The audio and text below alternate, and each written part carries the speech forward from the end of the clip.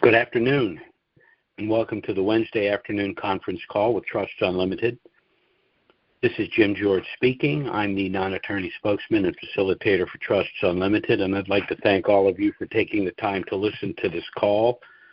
Today is July 23rd, and there's a lot to discuss. I've tried to sort of distill it because I could be on here for hours. I know you don't want to hear all that, and I don't want to say it all, but I think I've boiled it down to the things that are of most interest to us, and I'm going to switch it up a little bit today simply because of where I think we find ourselves right now, and I'm going to reverse the order of what I usually do. Ordinarily, I get into what's going on in Iraq, and I close out with a little bit of a discussion about trusts, but I think it's important that I go ahead and discuss the trust issue right now because, as I said, we're getting close to the event that we've all been waiting for, which means time is running short for people to establish their trust, and it's important that I go over this information. There are a lot of trust products out there. There are trusts designed to do a variety of things, but I want to talk about two general areas. One is a revocable trust, and one is an irrevocable trust. The trust package that Trusts Unlimited has been marketing to Denarians is an irrevocable trust package, meaning it's a package, a series of irrevocable trusts. However, even within the irrevocable trusts, there are essentially two different types. One is an institutional irrevocable trust, and one is referred to as a self-settled irrevocable trust. Trusts Unlimited provides our clients with a self-settled irrevocable trust, and there's a very important reason for that. An institutional irrevocable trust is a trust established by a trust company, a brokerage firm, a bank, and with their institutional trust, they are the trustee, meaning that essentially they are in control. And that is not a trust I would want to have, and I certainly wouldn't be marketing it to anyone simply because I'm not going to feed you something I wouldn't eat, and I would not myself have such trust. There are situations where they're appropriate, but not here, in my opinion. Trusts Unlimited has something called a self-settled irrevocable trust. Now, it provides all of the benefits that you as the creator or the settler of the trust would enjoy, but with some important differences. First, you elect to establish the trust. You elect to determine what goes in the trust. You decide about the terms of the trust, and you select your trustee, meaning it's not an institution, it's not a bank or a brokerage firm, it's an individual that you've chosen, whom you know and who you trust. But beyond that, you have the ability to replace the trustee at any time and for any reason. So you will enjoy all of the benefits of an institutional trust, and I'm going to review those benefits with you, without any of the limitations.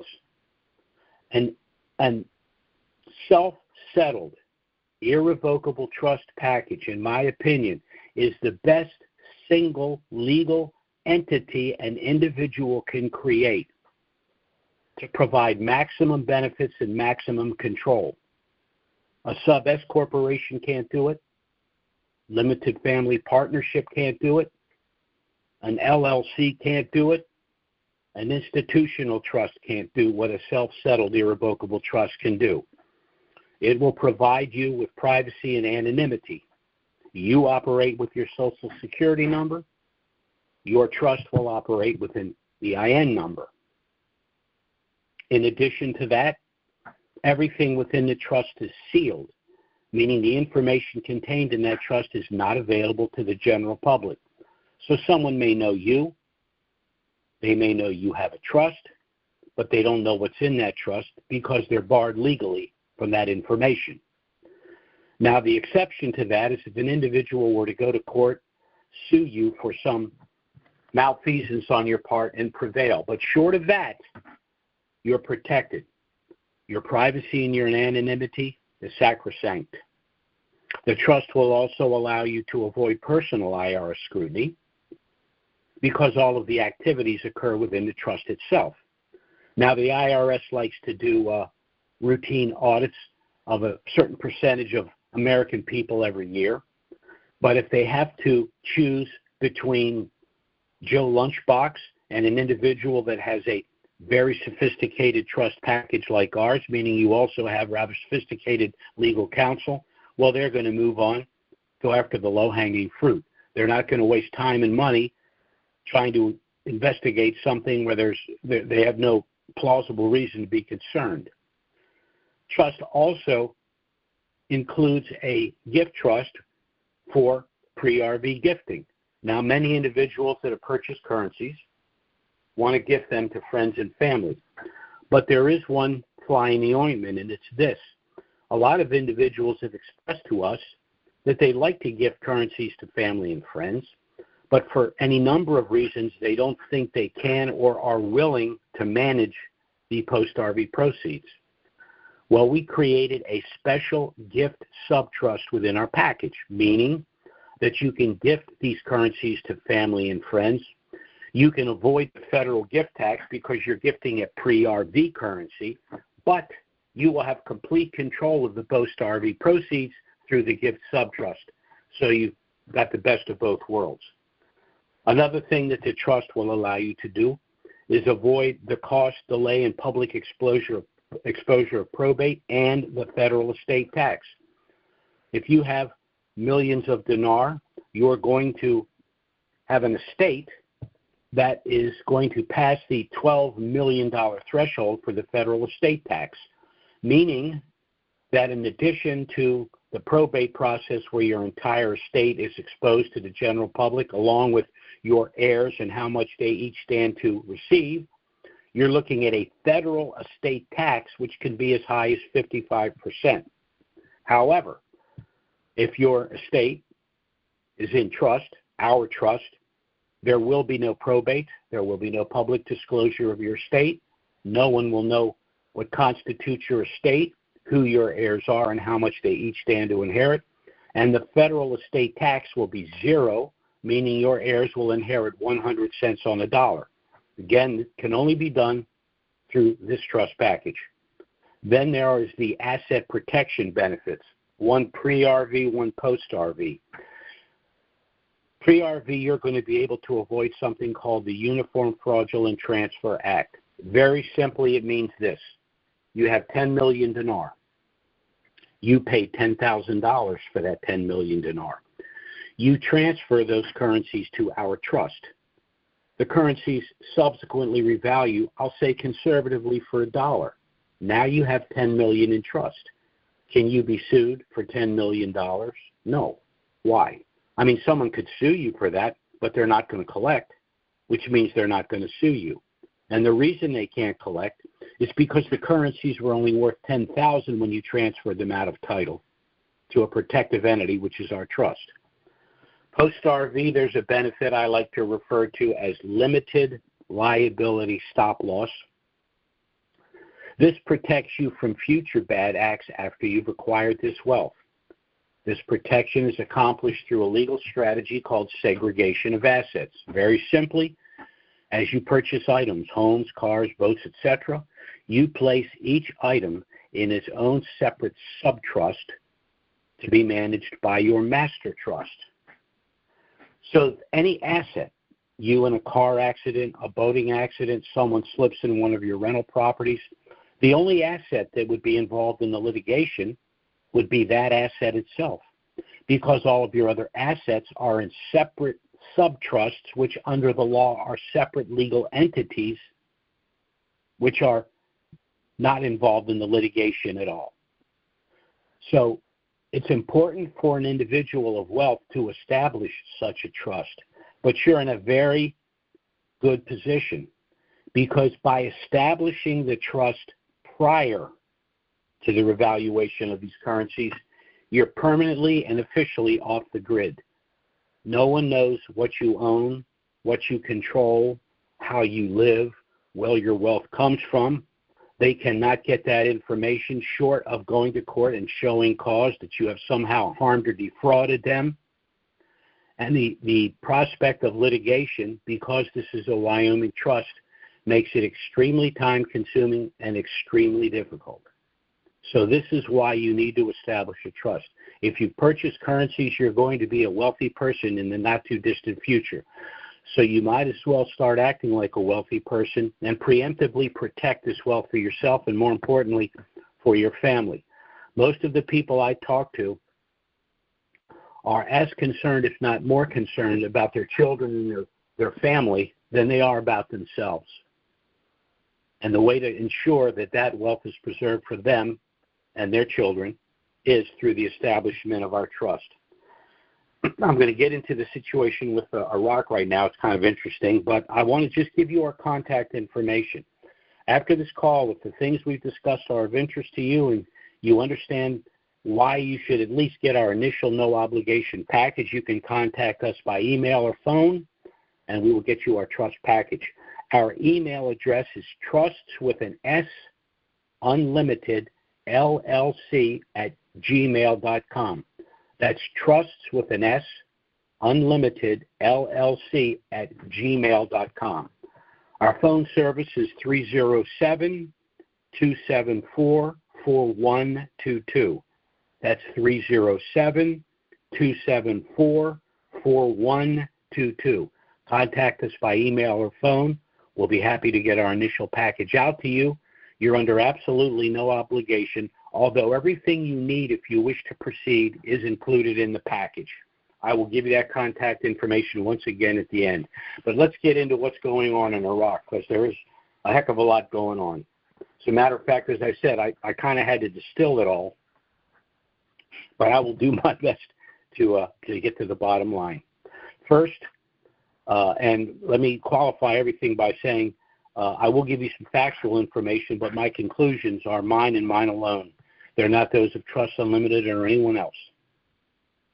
One of the catalysts for this thing finally coming to fruition was the election of Donald Trump. He is a disruptor, and he likes to fix things, and he's very good at it. One could argue, whether you love him or hate him, that he's gotten a lot done in these first, 6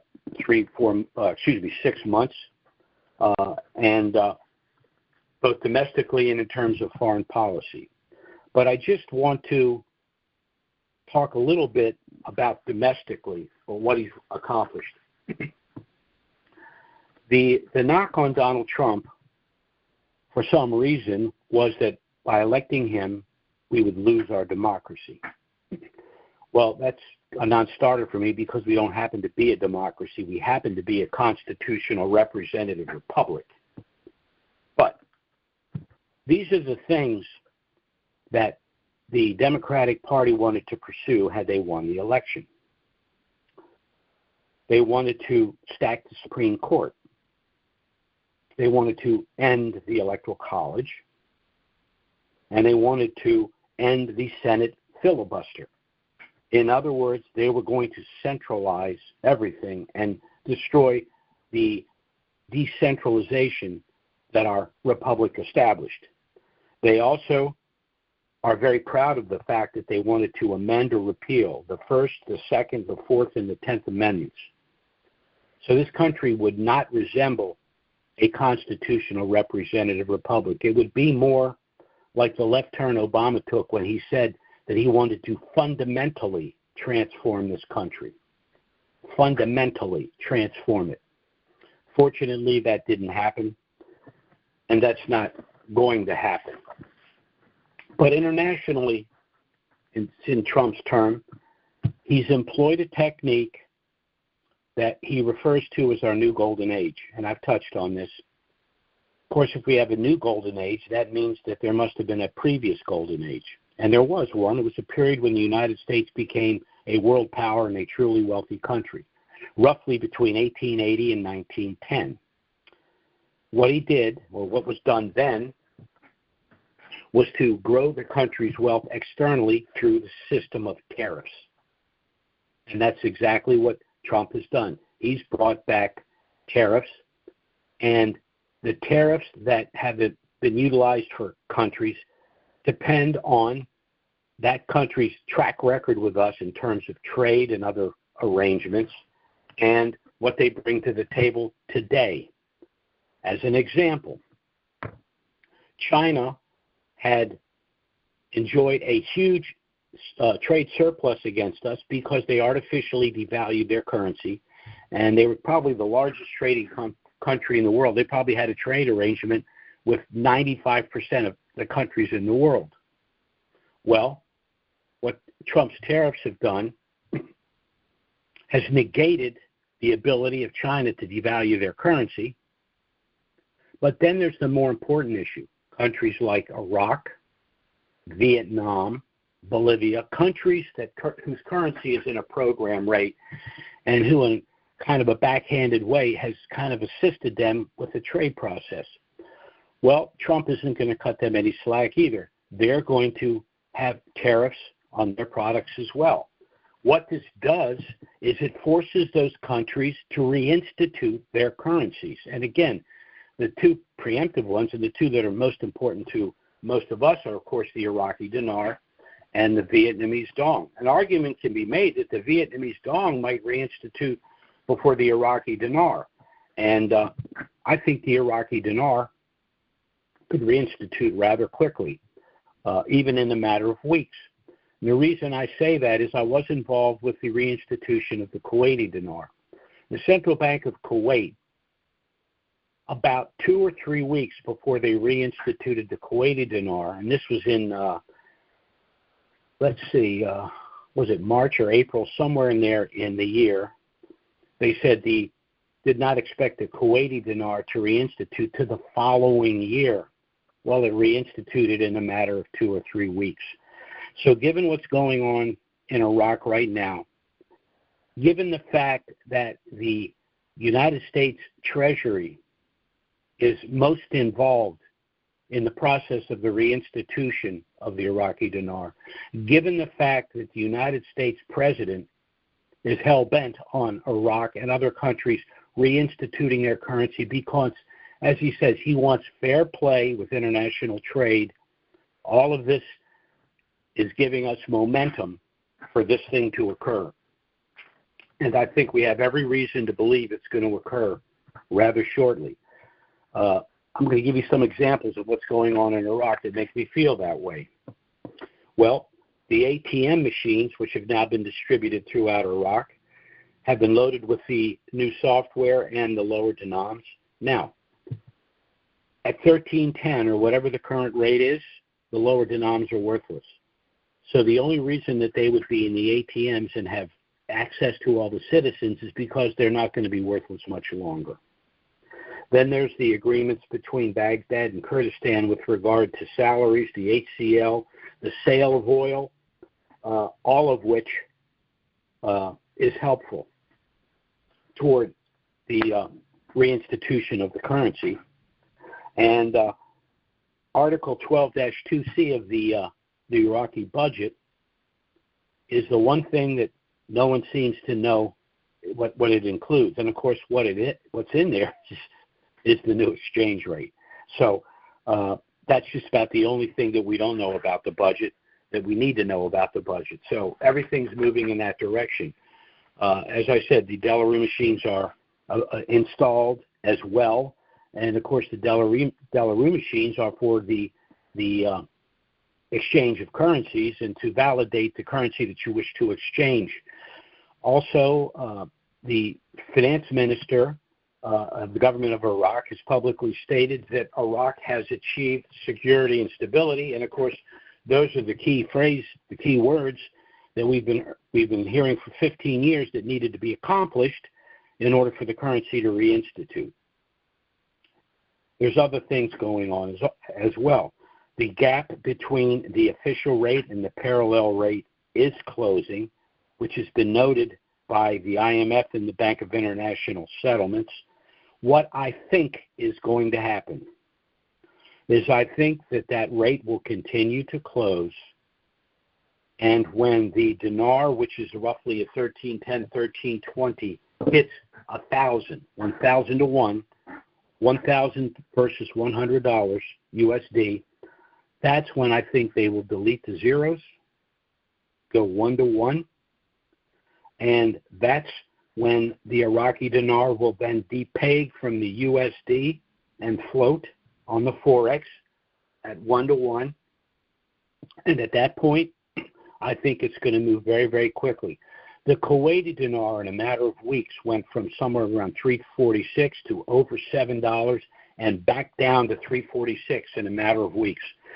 So I think it's conservative for me to say that we should see 322 rather quickly. That was the rate of the Iraqi dinar when it went into a program rate, 30 years ago? So factoring in inflation, I think 322 is an extremely conservative number. Then you consider the fact that Iraq has revitalized its country. It's per square mile one of the richest countries, if not the richest country in the world. Its industries have improved. Its agriculture has improved. Its trade has improved. Its location has improved. Not improved, but its location is really the gateway between the East and the West. So for all of these reasons, Iraq is gold. It's just waiting to flip the switch, and that could happen at any time. Now, the currency speculators that I've talked to, experienced gentlemen, have told me, and they say this is conservative, they think that when all the dust settles, the Iraqi dinar certainly has to be more valuable than the Kuwaiti dinar. Now, the Kuwaiti dinar is the strongest currency against the U.S. dollar right now in the world, but the wealth of Kuwait is dwarfed by that of Iraq. So they seem to tell me that they think around 485 is where we could expect this thing to rest. So that means you purchased 1 million Iraqi dinar for roughly $1,000. And unbelievably, you're going to go to the bank and exchange that for $4.85 million US dollars. Now, such a thing sounds absurd unless you really understand how such a thing could happen. It's the perfect storm. We had Basel compliance. We had the fact that Iraq had invaded Kuwait, that their currency was artificially placed in a program rate, that they've rebuilt the country over the last 30 years. And now we have a situation where not only has Iraq achieved security and stability, it's one of the richest countries in the world, its currency is about to come out of a program rate, and one of the major players, if not the major player, is the United States Treasury, that's going to make sure that this is done in a way where the speculators cannot play games with the currency, where there's going to be fair trade with the United States, with all other countries, in a Basel compliant world. So we're in a very, very good place. And in my opinion, this thing should be over very, very shortly. I'm going to go to the Q&A, but before I do, I just want to give you our contact information one more time. If you have not done so, I strongly recommend you to contact us to get our initial no-obligation package. It does contain everything you need if you wish to proceed, but you're under no obligation to do so.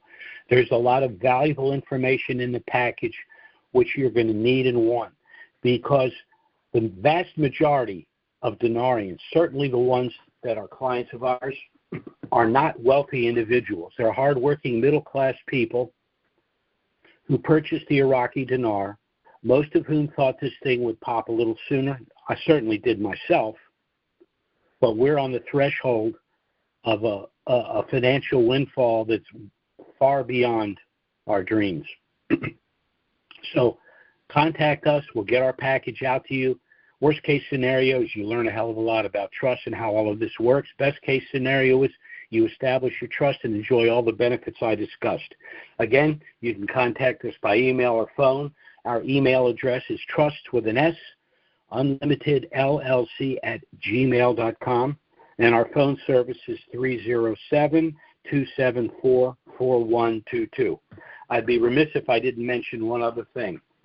We have been absolutely slammed with a tsunami of requests, and there are a handful of individuals who are rightfully upset. I have not been able to get back to them and resolve their issues.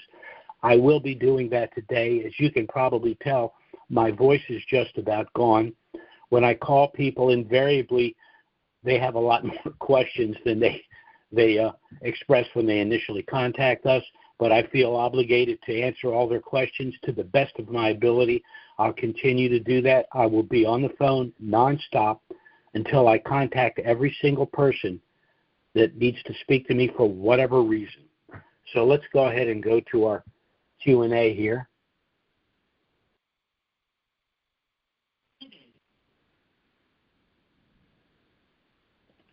Okay,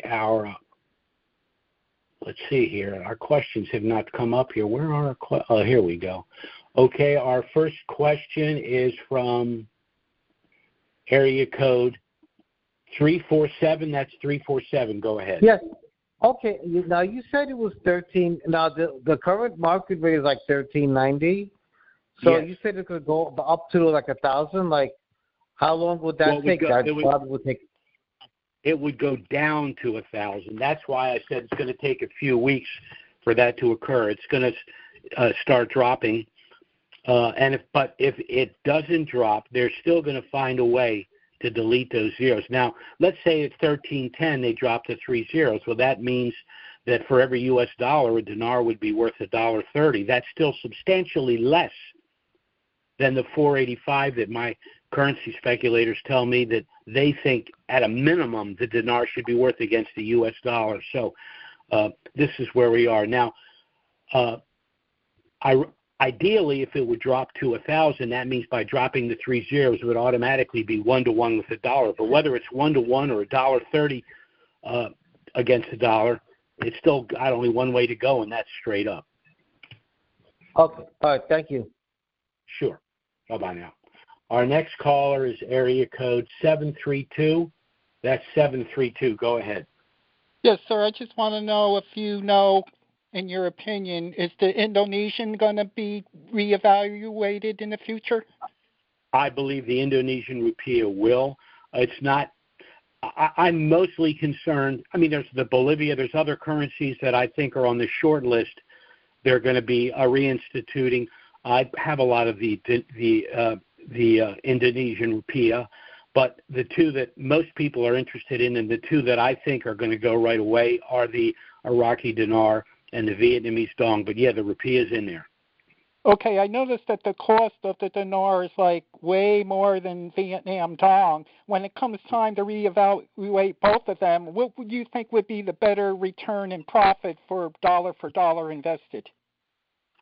That's kind of hard to say because when they do, remember, when the Kuwaiti dinar reinstituted, it fluctuated like an IPO for almost a month, and that's going to happen with these currencies as well. So it's hard to say. Again, I think the richest country per square mile is Iraq, which means it should have the strongest Basel compliant rate. But you're going to make money with all of these currencies because something in a program rate, they're basically you're getting it for nothing, And then when it reinstitutes, I mean, you're going to have a very good day. All of those three currencies, the dong, the dinar, the rupiah, the bolivar, all these currencies, you're going to have a very, very good day when you exchange them because, as I said, they were artificially reduced to virtually nothing, and now they're going to return to a Basel-compliant rate, and that's a huge windfall profit. Thank you so much for your opinion, sir. Have a blessed day. Thank you. You too, sir. Bye-bye now. Our next caller is area code 415. That's 415. Go ahead. Great day to you, Jim. This is Al from the original Left Coast. I just wanted to say one thank you. Thank you for all your help and expertise. I've been following you for, I don't even know how many years. It's been more than 10. But I just wanted to say thank you because for this kind of knowledge and education in terms of right side or right, you've had to pay pretty much, what, $400,000 to go to university and know half of what you know. It's just real. It's just real, and I do thank you. I have tried to email a couple of times for that procedure because I got it so long ago, my trust, and helped others with theirs. I don't have that procedure, and I'm wondering if you could maybe write down my email. And are you talking about the exchange protocol? Yep, correct, sir. And then okay, one other thing. Yeah, I know what you mean. Let me write your name down here. Exchange protocol. All right. After I get off this call, I will send that to you, and you can forward it to whomever you think would be interested. Great. And then it's just, like phenomenal. Then the top 4 currencies, or 5, actually was 6 originally, was Iraq, Iran, even though they're in a scrimmage.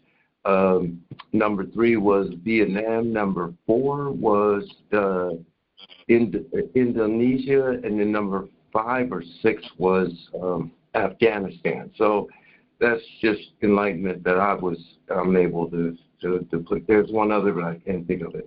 I'm not going to keep you long. I appreciate you. I appreciate all the help that you help in the entire world, because people are listening to you global more than the feds or anybody else. Oh, first Trump, but secondly yourself.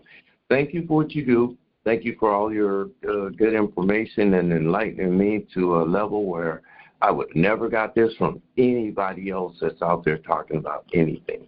Thank you so much. Well, I appreciate that. And with regard to the Iraqi and the Afghan currencies, they might have a little bit of a problem because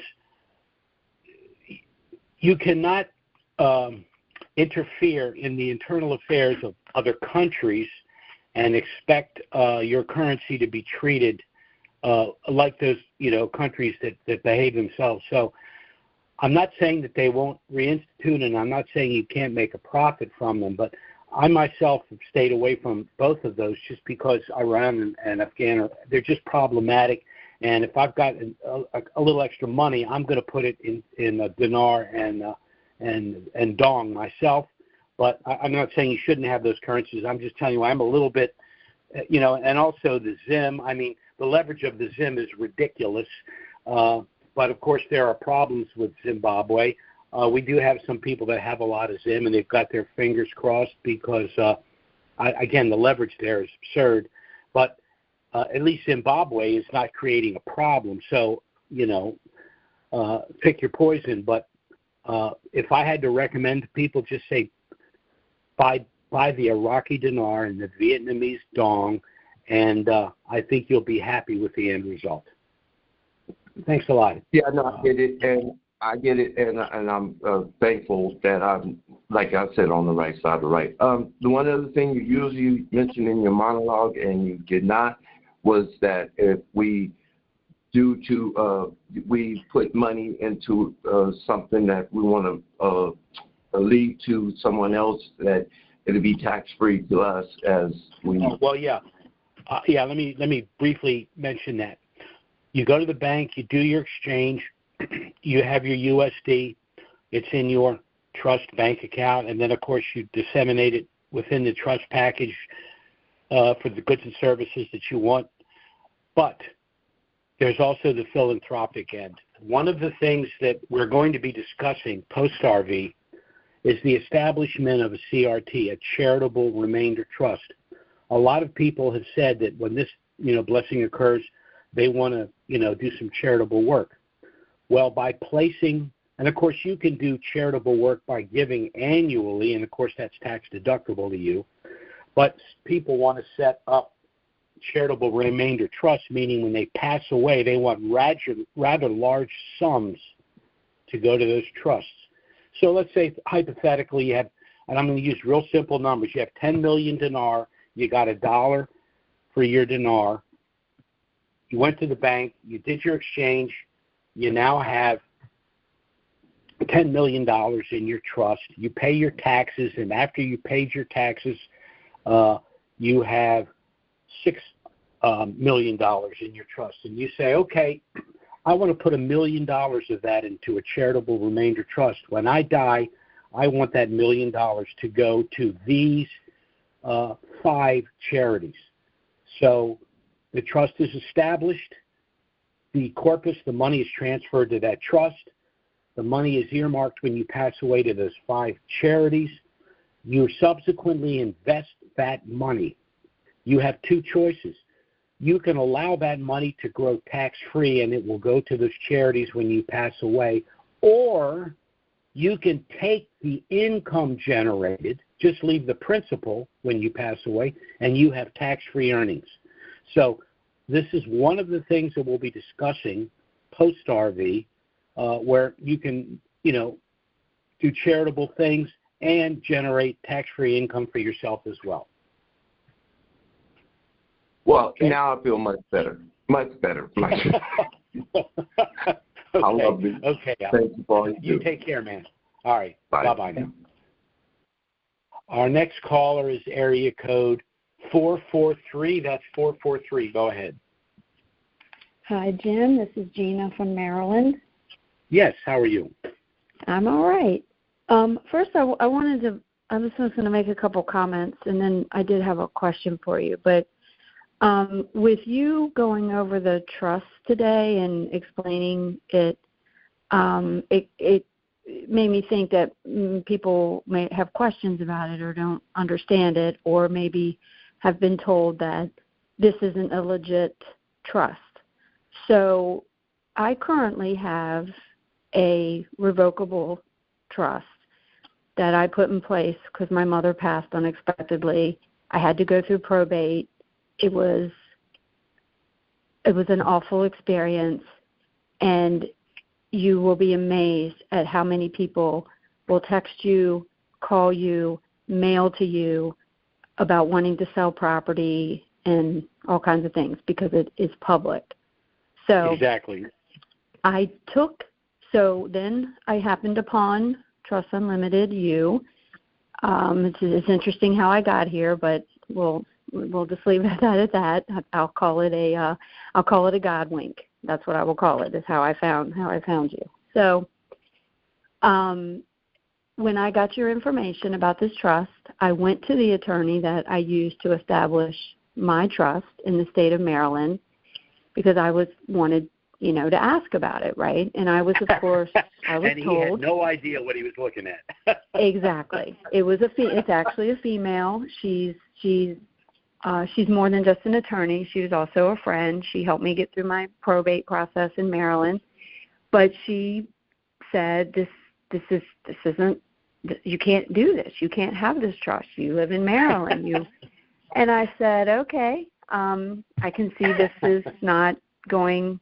So then I dug in myself and researched more and participated in your calls and listened numerous times, and then finally went ahead and established this irrevocable trust. And, because I didn't get into what the asset was when I talked to her about it, because it's just people who just are not informed or don't have any awareness of this. It's just it's a waste of oxygen. Yep, it's a waste of oxygen and energy to try to explain it to them. So anyway, I'm sharing this because there may be people that are in that situation. They are taking this to legal services that they have a relationship with, or maybe they don't, or whatever, and they're being told you can't do this because they're not informed. They don't do this. They may be an attorney, they're in a specific state, and that's what they know. I found, just as you have stated, because I went to several, and they just don't know what this is. So I took the plunge and did it on my own, and trust that it's going to work out, because I just don't feel like I feel confident that what you're doing, you have the best interest of all of us in mind, and I feel like it's going to be stressful for us. I'm not a person that's ever had money. Like this will be a life-changing event for me. So I'm just taking it one day at a time. But if you are skeptical and concerned, it's understandable. But I would strongly encourage you to just be open-minded and trust in yourself and what yourself tells you, versus being completely guided by other legal services. So I'll just leave that at that. Do you have anything you want to state about it before I ask my question? Sure. I probably shouldn't say this, but I'm going to say it. Yes, there are attorneys out there that don't know any better, especially if they're not estate planning attorneys. But attorneys are human beings, which means there are attorneys out there that just don't tell you the truth. Now, any estate planning attorney would know that there are essentially two types of trusts. A statutory trust, meaning the trust that's legal and available in each and every given state, and a common law trust, which is valid in all 50 states. Ours is a common law trust. So my conversation with that attorney would be very short and to the point. And I've had attorneys call me very unhappy about this trust that their client purchased from us. They're not estate planning attorneys. They're litigators, or they do other stuff. And then after our long conversation, I've even had those attorneys utilize our trust themselves. They don't even have currencies, and they purchase our trust. So, it happens. Attorneys are human beings like everyone else. Some are better than others. Some are not honest. It's just the way it is. Yeah, I just don't think she was informed of it, and she's focused on where her law, her services, and in the area where she is, where the states that she's licensed to work within. So, I listened to what she said, because I listened to what I listen to people, and I take the information, and then I discern for myself.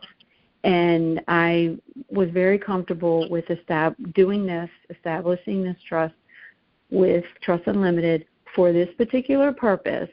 And then after this happens, my assets that are in that revocable trust will be moved to this trust, because you've advised us not to bring anything else into this until this occurs and we get through the funding process and all that, and then focus on anything else that you already have. So that's my plan. I have assets in a revocable trust, and they're going to sit there until this thing occurs, and then I'm going to transfer it all over. And the reason I'm waiting is because I don't want to go to the bank and have them say, I want to see everything in this trust. I want to go with the trust. I got nothing except these currencies assigned to the trust. There's nothing in the trust. I want to do the exchange. We'll put the USD in your bank account here if you treat me right on the exchange. And you want to do that, because then I'm going to call all our people and tell them to come to your bank. I currently have a revocable trust in place for my sons, because in the event that something happens to my husband and I do not want those boys to go through probate. It is a miserable process, and I will leave it at that. If anybody doesn't know what that process is, you ought to investigate it and figure out how you can avoid it, and because it's just miserable. So I'll leave that at that. My question is do you feel like the Iraqi government is purposely holding this action to reinstate the currency? Like, and if so, why? What's the benefit to them to keep holding it off? Well, a couple of things. Iraq, the Middle East is a very, very complicated place. It's the convergence of the three religions, Christianity, Islam, and Judaism. In the Islamic world, unfortunately, a number of those countries are still rather tribal in their culture, including Iraq. Iraq has a large Shia population. Iran is Shia as well. So their Shia politicians are torn between the nationalistic obligations and their religious ones. And unfortunately, Iran still has a little too much. They used to have control. Now it's downgraded to interference. They're doing everything they can to drag their feet. Now, one of the things Soudani, the prime minister of Iraq, is doing is he's only giving Parliament what they absolutely need to proceed. That's one of the reasons why Article 12-2C, which encapsulates the new rate, is just not available to them. He doesn't trust them. He thinks they still, because Iran is a Shia country, and because they have Iranian interests, they're just not 100% loyal to Iraq. So that's the problem. It's sectarian, it's religious, it's tribal. It's been going on since the 7th century. It's just the way things are there. It's very, very complicated. And that's why this could have happened a long time ago. And then there is the interference from other countries that are trying to enrich themselves as well. So, it's just a magnet for every bad actor, for every possible reason. And that's unfortunate, because I myself thought this was going to be over a long time ago. I think I'm a bit older than you are, and I needed this to be over a long time ago. Unfortunately, a lot of people really have actually gotten into trouble financially. They've overextended themselves here thinking it was going to happen, and it didn't. But we're at the point now where, for the reasons I've stated, the momentum is moving. I don't think it can be stopped at this point. I just don't think it can be stopped. The only issue is now how quickly can they get it done. And I have a feeling, I can't guarantee it, I just have a feeling that we're talking weeks, not months. And I, as much as anybody, look forward to this, because I'm not like a guy that every day or two checks, the news to see what's going on because I have X amount of dinar. I'm immersed in this every day, so I'm as frustrated as you are, and I really want this thing over.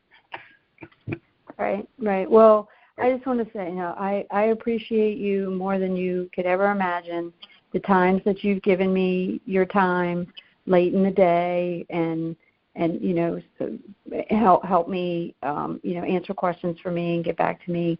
And I will tell you, I struggled a little bit to take the plunge and do it, spend the money to set it up.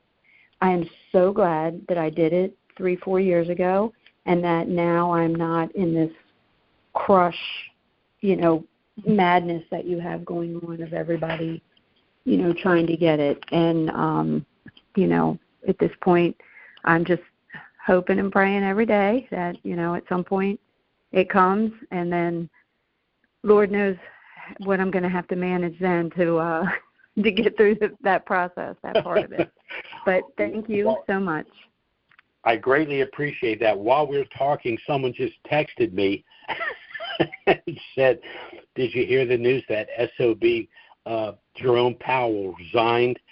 Not that I want to digress here, but Jerome Powell, of course, was the governor of the Federal Reserve. He resigned? I don't know. I just got a text that he resigned. I don't know if it's true or not. Oh, but of course, the only reason I bring that up is because that's an example of what's going on in Iraq. Trump has got an agenda. He's moving. The train's left the station. It's gaining momentum, and this clown is doing everything he can for whatever reason to screw this thing up. So it's like the United States and Iraq are kind of in the same place in that we have a prime minister and a president that have a clear vision and they're trying to get it done, and then the opposition party is doing everything they can, to try to thwart the effort. So it is what it is. But I think the United States and Iraq are going to be just fine, and I think the American citizens that have Iraqi dinar are going to have a really good year.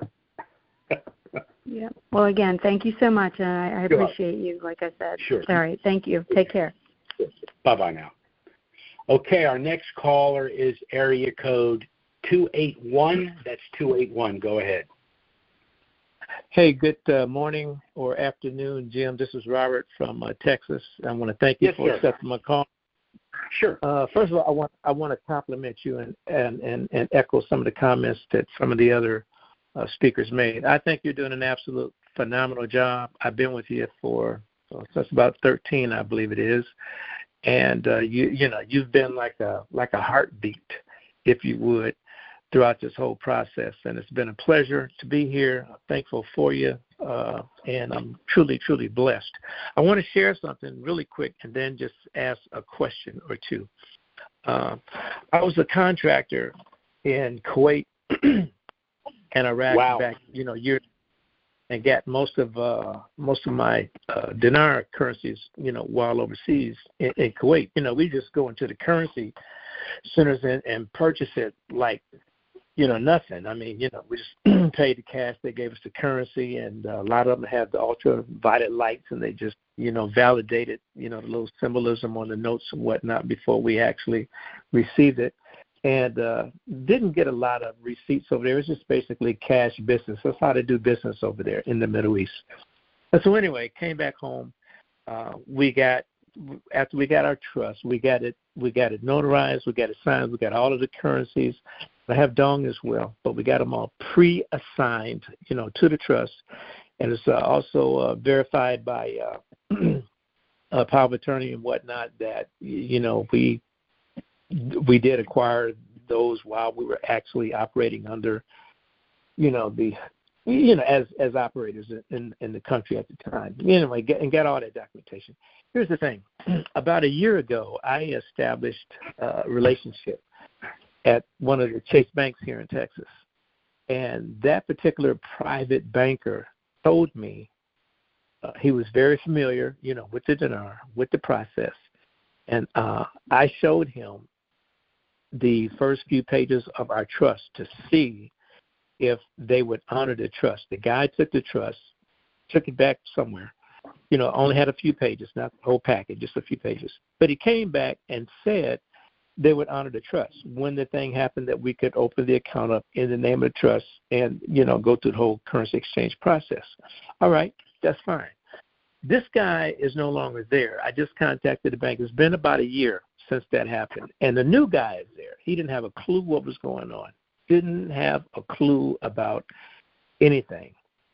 And I was going to exchange some dong, a couple 100,000 dong, and he didn't know anything about that. But he did go to the teller and found out that the rate was just insane rate. I wouldn't dare do that, only about a couple, not even a couple cents, percentages of cents.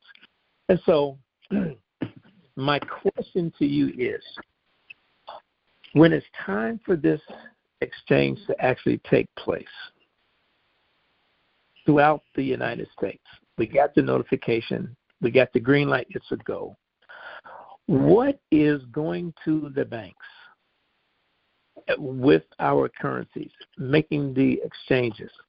Some of us are going to have bags of currency. Some of us are going to have briefcases full of currency. Some people, from what I understand, the truck. They're going to have a truckload. Of currency, right? What is that process going to look like? Okay. In the okay. All right. A couple of things here. First of all, make sure you have my number because I want you to text me your email address because I want to send you a document. It's called the Exchange Protocol if you have a trust. Okay? So when we get done here, just text me your name and your phone number, and I will get that protocol to you. Now I want to go back to some of the other things. We have a lot of clients that were in Iraq. I even have, frankly, a nephew that was there that purchased currency there. What you want to do is you want to write a sworn affidavit that will be signed and notarized that you say, I toured or I was in duty in Iraq in the following years, and I purchased the following currencies in Iraq at that time, and then produce with that anything else you have that might validate it. But have that affidavit, all right? And then with regard to the trust, you have to go full Jed Clampett on these people and just let them know, yeah, I got 10, 15, 20 million dinar, and the money is going to go into the trust bank account for my trust that you're going to establish today, or I'm taking my currencies to the bank across the street. You have to be firm with them about that. They know how much money they're going to make hitting it. You're in control, not the little guy sitting in his cubicle with his little rule book. You're in control. By the time the dinar and these currencies hit the Forex, as a matter of fact, I wouldn't even be surprised if there are certain perks that these people get for doing the exchanges. So I don't think you're going to have too much of a problem. There's a difference between going to a bank and setting up a bank account for our trust and you want to deposit $100. When you walk in there with 10, 15, 20 million dinar, that's a whole different animal. But I still would create an affidavit, sworn affidavit, again, explaining when you were in Iraq, where you purchased them, and whatever documentation you have to substantiate the purchase. And I don't think you'll have a problem. Well, copy that, Jim. Copy that. Now, how do I text you? How do I notify you again? Okay, well, that's right. Hold on a second. What am I thinking? Let me write down your number here. I've had a long day here. I got this backwards. I can't. You don't have my number. I've got your number. Yeah. I'm 281-515-973. I got it. Yeah, I got it. I forgot your first name, though. I'm sorry. Robert. It doesn't. Robert. All right, Robert. Yeah. I will text you and just say, just give me your email address, and then I will send you the exchange protocol document. Copy that. And then review that, and you should be good to go. Thank you very much, Jim. That along with the affidavit. Prepare that affidavit explaining when you were there, you purchased the currencies there, and any documentation you have, you shouldn't have a problem at all. All right. I got it, okay. Sir. Thank you for your service, sir. Yeah, you too. Bye-bye. Take care. Bye-bye. Well, that was our last caller for this afternoon. Again, thanks so much for taking the time to listen to our call. I know it's in the middle of the day, in the middle of the week, and we've been doing this for a long time, but God willing, we won't be doing it for much longer. Let me give you our contact information one more time. If you would like to get our initial no-obligation trust package, you can contact us by email, which is trusts with an S, Unlimited LLC @gmail.com, or our phone service 307-274-4122. Contact us by email or phone. We'll be happy to get our package out to you. Our next call, of course, will be next week, noon Eastern, 9 a.m. Pacific. Certainly, if something of a dramatic nature were to happen between now and then, we'll try to get out an emergency email and schedule an emergency conference call. But failing that, we'll be back next Wednesday, noon Eastern, 9 a.m. Pacific. Thanks so much for listening, everyone. Have a great week. God bless.